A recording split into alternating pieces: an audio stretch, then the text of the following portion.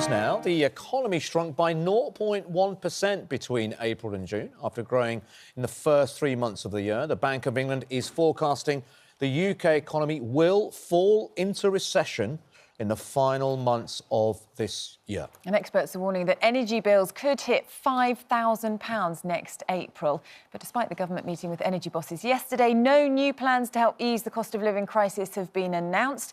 We're joined this morning by one of Liz Truss's supporters, the Work and Pensions Secretary Therese Coffey. Good morning to you. Good morning. So this isn't good news then. This meeting yesterday, which we hoped something would come of, there's been no developments, there was no resolution, no solution. What action are you able to do in that case to help people who are already struggling with bills? And we know that this is only going to get much worse for them. Well, I took legislation through Parliament just in June, which allowed me to start to make those payments that have already gone to over 7 million households already. And of course, I understand why people are considering what more support may be needed. It's important that we wait for that Ofgem decision towards the end of this month so that we can make a considered approach on exactly what the next best steps are. And any new changes through the welfare system would require more legislation because, unfortunately, I wasn't given a power to just do ad hoc payments. But we do know what that's going to. We do know what that's likely to be, don't we? We've had the estimate of what it's forecast to be, so we know that it's going to be very much higher than the previous forecast. Shouldn't we be getting ahead of this? It's going to be too late otherwise to turn around in a few weeks, few months' time to people and say, OK, here's the help now. We know that already households are £1.3 billion in debt to energy companies because they can't pay the bills at the moment. And without putting that help in place now, for a lot of people, it's going to be just a traumatic situation that they're facing. Well, Charlotte's help is put in place now, and indeed £400 will be going to every household within I think the next month.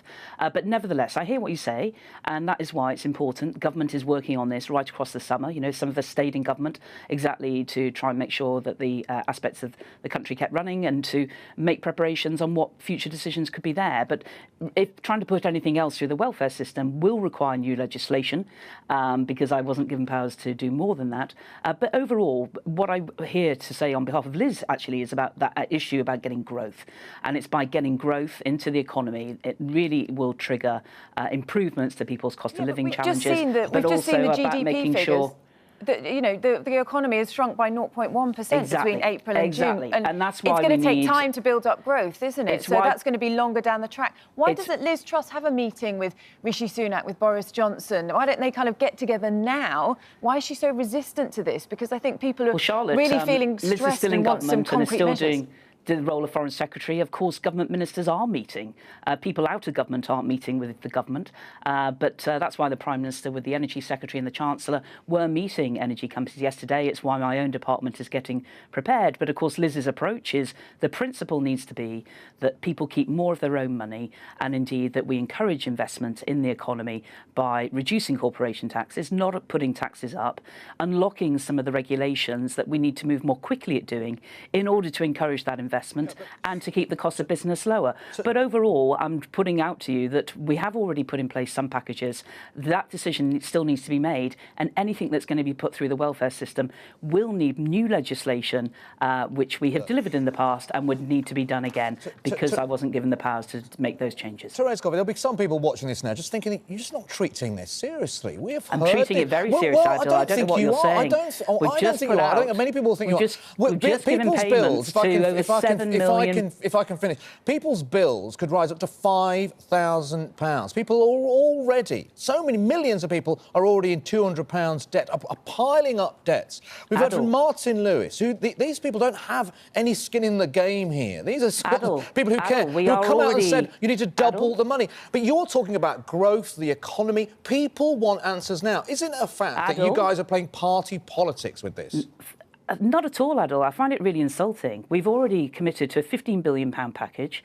The work is going across people still in government now. It's not enough. People are saying it's not enough. Adil, as I say, Ofgem still has to announce at the end of this month. That's why preparations are already happening in government for potential options there. But the point is, do you need to borrow to do more of this? Or do you need to make sure, as Liz's economic plan is about growing the economy, reducing taxes so we put money back in the hands of people straight away, removing that energy levy bill, immediately cutting that and putting more money in the pockets of working families? And it's important that we continue to do that, while at the same time, of course, considering potential changes that may be needed to do extra support. But what I'm saying to you also, and being honest with the people of this country, in order to put more through the welfare system, we need to have brand new primary legislation in order to achieve that. So, but do you understand how hard it is for you and I? It's okay. We can probably bear the additional cost. But do you know how hard it is for you to say to people? Of course I know how hard it is, but you're essentially telling them, just wait. They can't wait. They're making decisions every day, and they look to the government to help them. Adil, the government is already helping them. I think Adil, the government is already helping them. These price changes have not yet happened. That's why there is consideration happening now. My department, we gave money to over 7.2 million people less than a month ago. There is more money coming to every household within the next month and to several million households more, as well as pensioners, as well as people with disability. That is coming. And I hear what you say about where does that need to increase. What I'm saying to you is that government is already working on different aspects of this now, the people still in government. That's why also the Prime Minister meeting with energy companies alongside the Chancellor and the Energy Secretary, that is happening now. Can you promise? And indeed, can you promise to people who are worried they won't be able to heat their homes or have hot water or put on lights later this autumn into the winter? Can you promise that nobody in this country will have to suffer that? Adil, I know that I'm very proud of what I've achieved as a DWP Secretary in the last 3 years in order to help people when they are struggling. We know the challenges, and that is why we have continued to respond. But of course, we, just like happened in May, we waited for Ofgem to come out with the formal changes on what might happen to energy prices or what would happen with a price cap. All the figures I've seen does not in any way suggest an average energy bill next year of £5,000. Nowhere, nothing near like that. But nevertheless, government is preparing now for for options to be considered. And as I say, we will take the necessary steps, including, if necessary, new primary legislation, which we need to undertake. But nevertheless, we'll continue to help people as we've consistently done, and we'll continue to do so in the future. People who are worried today just have to wait a little bit and suffer a little bit more and wait until you guys have sorted out who your next leader is, and then we'll get some legislation. If you don't mind me saying so. Of course it is. They're suffering every day. It's okay for you and I.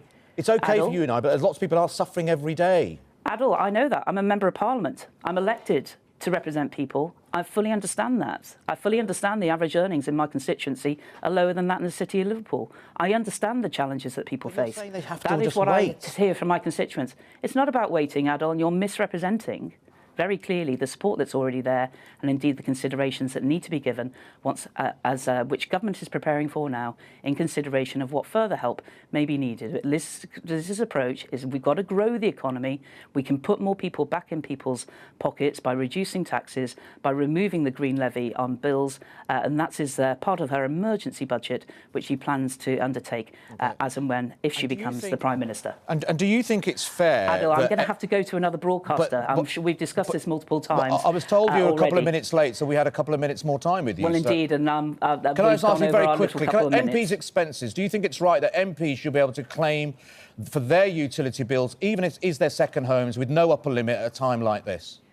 I'm not aware that there's no limits. I'm aware that an accommodation allowance is given to members of Parliament. What about utility bills? Apparently there is no upper limit to utility bills. But even if there's no upper limit, should they be able to claim it at this point? That's not true, Adil. It's not true. Well, we have checked this. It's not true. There's an accommodation allowance for which can be used for rent and other aspects of doing a second home. But do you think they should claim at all, whether it's an upper limit or not? Do you think they should be able to claim at this point when they're on £80,000 a year with a £2,000 pay rise? An independent body sets the rules on and the limits on what can be claimed for additional elements on whether it's accommodation or not. So I think it's important that you speak to the people who set those rules. OK.